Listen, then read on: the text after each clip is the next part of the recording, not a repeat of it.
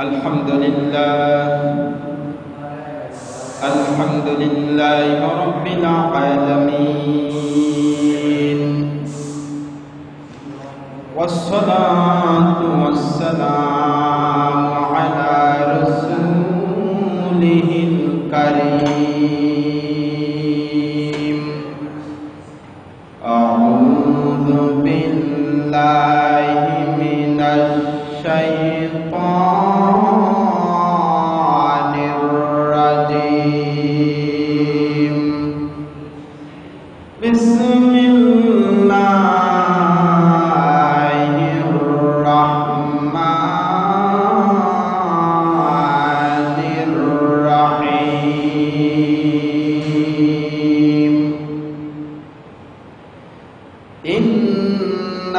ইন্নাল্লাহা ওয়া মালাইকাতাহু ইউসাল্লুনা আলান নাবী ইয়া আইয়ুহাল্লাযীনা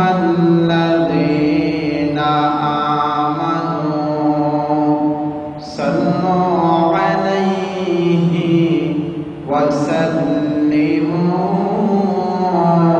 তাসলিমা। আলহামদুলিল্লাহ, আল্লাহ রাব্বুল আলামিনের শুকরিয়া, যিনি আমাদেরকে প্রতিদিনের ন্যায় আজও যথা টাইমে মসজিদে প্রবেশ করার তৌফিক দান করেছে। কোরআন শোনার জন্য আল্লাহ রাব্বুল আলামিন আমাদের হাজির করেছেন। সেই সুবহানাহু ওয়া তাআলার শুকরিয়া জ্ঞাপন করি। আলহামদুলিল্লাহ, আলহামদুলিল্লাহ হামদান কাসীরান তাইয়িবান মুবারাকান ফীহি। সাথে সাথে আমরা আমাদের বিশ্ব নবীজি, মানবতার মুক্তির দূত, যিনি উম্মতদের জন্য তার গোটা জীবন বিলীন করে দিয়েছে, সেই মহান নেতার প্রতি আমরা দুরূদ পাঠাই। দুরূদ এবং সালাম সাল্লাল্লাহু আলাইহি ওয়াসাল্লাম। সম্মানিত উপস্থিতি, আমরা জুমায় যাকাতের গুরুত্ব এবং ফজিলত সম্পর্কে আলোচনা করেছি, আলোচনা জেনেছি এবং শুনেছি। আল্লাহ রাব্বুল আলামিন যেন যে আলোচনা আমরা শুনেছি আমাদের সকলকে আমল করার তৌফিক দান করেন, আমিন। যাকাত ইসলামের তৃতীয় স্তম্ভ। ইসলামের স্তম্ভ পাঁচটা, তার মধ্যে যাকাত হলো তৃতীয় স্তম্ভ। চতুর্থ স্তম্ভ সিয়াম। এই জন্য যাকাতের গুরুত্ব অপরিসীম। দারিদ্র্য বিমোচনের জন্য ইসলামের যে শ্রেষ্ঠতম পন্থা, সেটা হলো যাকাত। যাকাতের গুরুত্ব ফজিলত সম্পর্কে আমরা শুনেছি। আজকে আমরা যাকাতে কিছু মাসলা সম্পর্কে আলোচনা করব ইনশাআল্লাহ। ওয়া মা তাওফীকি ইল্লা বিল্লাহ। 5 প্রকার সম্পদের যাকাত আদায় করতে হবে। প্রথম নম্বর, স্বর্ণ। যদি কারো মালিকানায় 7.5 তোলা স্বর্ণ অথবা তার চেয়ে বেশি থাকে, তাহলে তার উপর যাকাত ফরজ। পূর্ণ 1 বছর অতিবাহিত হতে হবে। আর এই হিসাবটা চান্দ্র বৎসর হিসাব করতে হবে, ইংরেজি বা বাংলা সন অনুযায়ী না, চান্দ্র বৎসর অনুযায়ী। যদি স্বর্ণ না থাকে, রৌপ্য থাকে, শুধু রৌপ্য, তাহলে 52.5 তোলা। রৌপ্য যদি মালিকানায় থাকে বা তার চেয়ে বেশি, তাহলে তার উপর যাকাত ফরজ। যদি দুইটা সংমিশ্রণে থাকে, স্বর্ণ এবং রৌপ্য, সেক্ষেত্রে দুইটা মেলায় যদি রৌপ্যের নিসাব পরিমাণ হয়, তাহলে তার উপর যাকাত ফরজ। হাদিসে সর্বপ্রথম রৌপ্যের নিসাব অনুযায়ী যাকাত ফরজ হয়েছে। 52.5 তোলা রৌপ্য যদি কারো মালিকানায় থাকে তাহলে মালিকের নিসাবের উপর যাকাত ফরজ। পূর্ণ 1 বছর অতিবাহিত হবে, মালিকানায় থাকতে হবে। যদি আপনি যেখান থেকে সম্পদের মালিক হলেন, মালিকের নিসাব হলেন, বছর শেষ হওয়ার আগে এর মধ্যে সম্পদ কমে গেল, মালিকের নিসাব কমে গেল, কিন্তু পূর্ণ বছর অতিবাহিত হওয়ার পর যদি আপনি নিসাব পরিমাণ সম্পত্তি আপনার মালিকানায় থাকে তাহলে তার উপর যাকাত ফরজ। তারপরে 3 নম্বর আসছে নগদ টাকা। স্বর্ণ রৌপ্য নাই, স্বর্ণ নাই, রৌপ্য নাই, আছে নগদ টাকা। নগদ টাকার ক্ষেত্রে যদি স্বর্ণ অথবা রৌপ্যের নিসাব পরিমাণ অর্থ যদি আপনার মালিকানায় থাকে তাহলে যাকাত ফরজ। সেটা রৌপ্যের নিসাবে হোক আর স্বর্ণের নিসাবে হোক, দুটির যে কোনো একটি।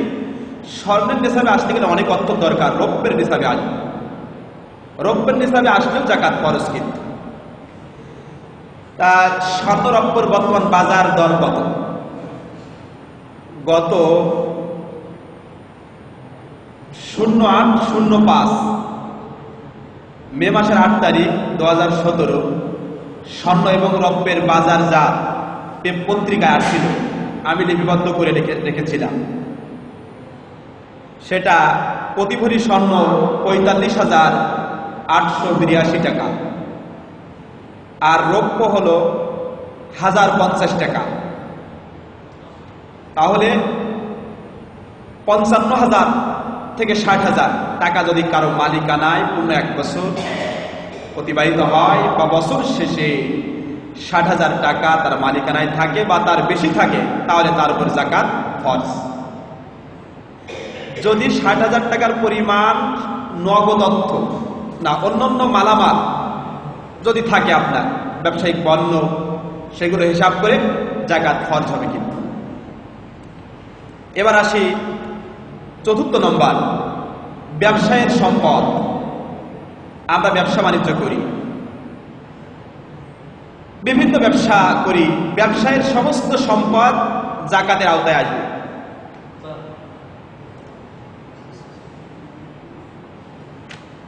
যদি আমরা বিক্রয়ের জন্য, ব্যবসা করার জন্য যদি বাড়ি ক্রয় করি, জমি ক্রয় করি, দোকান ক্রয় করি, বাড়িতে অথবা মাঠে যদি বালি, মাটি এগুলো ক্রয় করি ব্যবসার উদ্দেশ্যে, তাহলে যাকাত ফরজ হবে। হিসাব করে যদি 52.5 তোলা রৌপ্য অথবা 7.5 তোলা পরিমাণ স্বর্ণের পরিমাণ সম্পত্তি হয় তাহলে তার উপর যাকাত ফরজ হবে, ব্যবসায়িক পণ্যের উদ্দেশ্য। আর ব্যবসা বাদে যদি আমরা যে আমাদের বাড়ি, আমাদের গাড়ি এগুলো ব্যবসার উদ্দেশ্য না, সেক্ষেত্রে যাকাত ফরজ হবে না। সেই গাড়ি বা বাড়ির মূল্য হিসাব করা যাবে না। তারপরে আছে ভূমিজাত ফল বা ফসল।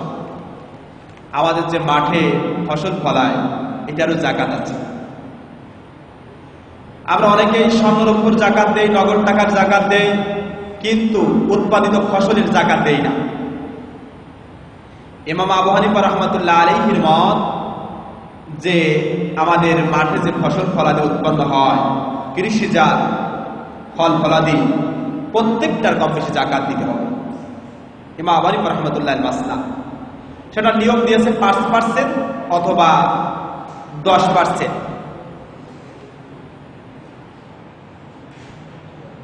যদি বৃষ্টির পানিতে উৎপন্ন হয় এই মাঠের ফসল ফলাদি তাহলে 10%। মৌসুমে ফসল মাঠ থেকে উঠানোর পরে, মাঠ থেকে ফসল উঠানোর পরে তারপর হিসাব করে আপনার যাকাত দিয়ে দিতে হবে। বৃষ্টির পানি দিয়ে হলে 10%, মানে 100 টাকায় 10 টাকা। যে ফসল ধরেন বেগুন আপনি ফলালেন মাঠে, বৃষ্টির পানিতে উৎপাদিত হচ্ছে বেগুনগুলো, তাহলে ওই বেগুন বিক্রি করার পর 100 টাকায়, প্রতি 100 টাকায় 10 টাকা আপনার জাকাত দিতে হবে। আর যদি সেচের পানিতে হয় 100 টাকায় 5 টাকা। আলহামদুলিল্লাহ, আল্লাহ শরীয়তটা কত সহজ করেছে। কিন্তু আমরা কিন্তু উৎপাদিত ফসল ফলাদির জাকাত দেই না, প্রয়োজন মনে কিন্তু সংখ্যা একেবারেই কম, কিন্তু সেটারও কিন্তু জাকাত আছে। এই হলো 5 প্রকার সম্পত্তির জাকাত দিতে হয়। এবার আসি, আমি একটু নোট করে আনছি যাতে অনেক সময় ভুলে যাই, তো যে জাকাত ফরজ হওয়ার শর্ত সমূহ। জাকাত ফরজ হওয়ার জন্য কিছু শর্ত আছে, সেই শর্ত ফিলাপ না হলে, পূর্ণ না হলে জাকাত ফরজ হয় না। আগের বুদ্ধি বালেগের উপর জাকাত ফরজ, নিসাব পরিমাণ মাল যদি থাকে। পাগল নাবালক এর উপর জাকাত ফরজ না। তারপরে নিসাব পরিমাণ সম্পত্তি পূর্ণ 1 বছর অতিবাহিত হতে হবে চান্দ্র বছর অনুযায়ী। যদি আপনি রমজান মাসে জাকাত দেন, পরবর্তী রমজান মাস পর্যন্ত, এটা আপনার চান্দ্র বছর অনুযায়ী 354 দিন। এভাবে হিসাব করে আপনার বছর পূর্ণ হওয়ার পর জাকাত আদায় করতে হবে। অনেকেই আছে যে বছর শেষ হওয়ার পরে জাকাতের টাকা সারা বছর মিলাইয়া দেয়। আজকে একজন প্রশ্ন করলো আমার কাছে যে হুজুর, একজন ভাই জাকাত দেয়, সে ধরেন বছর পূর্ণ শেষ হয়ে গেল, জাকাত হলো 10,000 টাকা, সে পুরা বছর মিলে ওর 100 টাকা, ওর 200 টাকা, এভাবে করে পুরা বছর দিতে থাকে। না, গুনাহ হবে। বছর শেষ আপনি 7,000টা বুঝে দিতে হবে গরিব মিসকিনদেরকে। আপনার আন্ডারে আপনি রাখতে পারবেন না, আপনি প্রতি বছর মিলে দান হিসেবে দিয়ে দেবেন, এটা জাকাত আদায় হবে না, পাপ হবে। আপনি বাঁচবেন সারা বছর কি বলতে পারেন, যদি মারা যান তাহলে তো জাকাত আদায় হলো না, এটা খেয়াল রাখতে হবে। তারপর ব্যবসায়িক পণ্য, আসবাবপত্র, কাপড় চোপড়, থালা বাসন, হাঁড়ি পাতিল, ফ্রিজ, আলমারি, যেগুলো আমাদের নিত্য প্রয়োজনীয় বাড়িতে, এগুলোর জাকাত নাই। যদি ব্যবসার উদ্দেশ্য করি, ফ্রিজের ব্যবসা করি, আলমারির ব্যবসা করি, বিভিন্ন ব্যবসা বাণিজ্য করি, তাহলে প্রত্যেকটা জিনিসের জাকাত আছে। ব্যবসায়িক ছাড়া বাড়িতে যেটা ব্যবহার করা হয়, এটার জাকাত নাই। ভালো করে বুঝবেন। তারপর থাকা বা ভাড়া দেওয়ার উদ্দেশ্যে যে ঘর বাড়ি আমরা নির্মাণ করি, থাকা, নিজেদের থাকা এবং ভাড়া দেওয়ার উদ্দেশ্যে, তাহলে সেই ঘর বাড়ি যে ভাড়া পাবেন সেটার হিসাব হবে, ওই ঘর বাড়ির মূল্য হিসাব হবে। আর যদি ব্যবসার উদ্দেশ্যে বাড়ি করি, যে বাড়িটা তৈরি করে বিক্রি করে দেবো, এটা ব্যবসা করা, তাহলে পুরা ওই বাড়ির মূল্য উপর জাকাত আপনাকে দিতে হবে। জমির মূল্য, বাড়ির মূল্য সবটা ধরতে হবে যদি ব্যবসা করতেছেন আপনি। তারপরে কলকারখানা যদি থাকে কারো, অনেকেই কলকারখানা আছে যেখানে বিভিন্ন ধান মাড়াই করা হয়, গম মাড়াই করা হয়, আটা তৈরি করা হয়। এই যে কলকারখানা, এখানে যন্ত্রপাতি, মেশিনারি জিনিসই জাকাত নাই। জাকাত হবে যেটা আয় আসতেছে। একজন সেলাই মেশিনের ব্যবসা করে, একজন সেলাই করে, জামা কাপড় সেলাই করে, তার ওই সেলাই মেশিনের জাকাত নাই। তার জাকাত যে আয় হচ্ছে ওইটা। যে কলকারখানা আছে, এই কলকারখানায় যে টাকায় ইনকাম হবে সেটার উপর জাকাত। 4 নম্বর, যাদের রিক্সা আছে, বাস আছে, ট্রাক আছে, মাইক্রো আছে, নসিমন আছে, ইজি বাইক আছে, এগুলো ভাড়ায় চালিত, এগুলোর জাকাত নাই। ওখান থেকে যে অর্থটা আসবে সেটা জাকাত।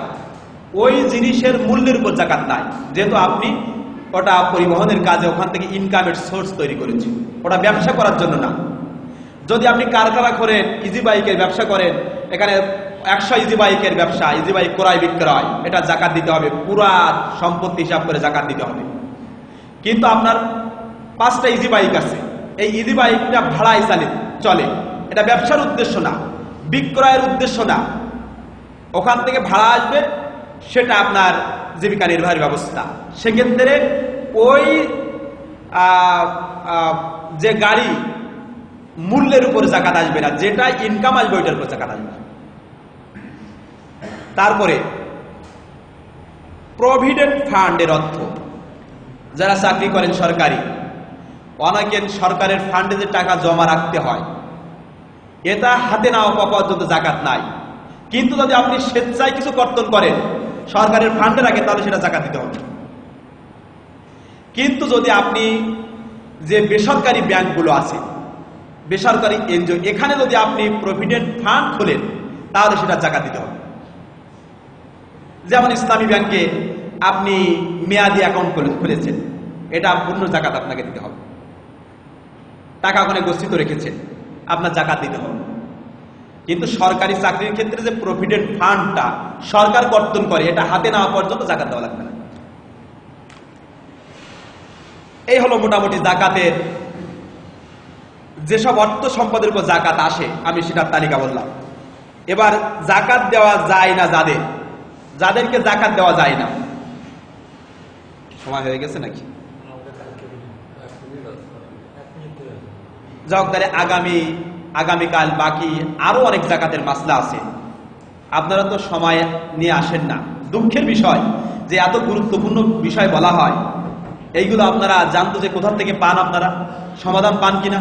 কিন্তু এত সুন্দর করে প্রতিদিন ইসলামের বিষয়গুলো আপনাদেরকে জানানোর জন্য চেষ্টা করা হয়, কিন্তু আপনাদের কাছে এর কোনো গুরুত্ব নেই। এর গুরুত্ব থাকতো যদি আপনারা জানতেন, জানার চেষ্টা করতেন।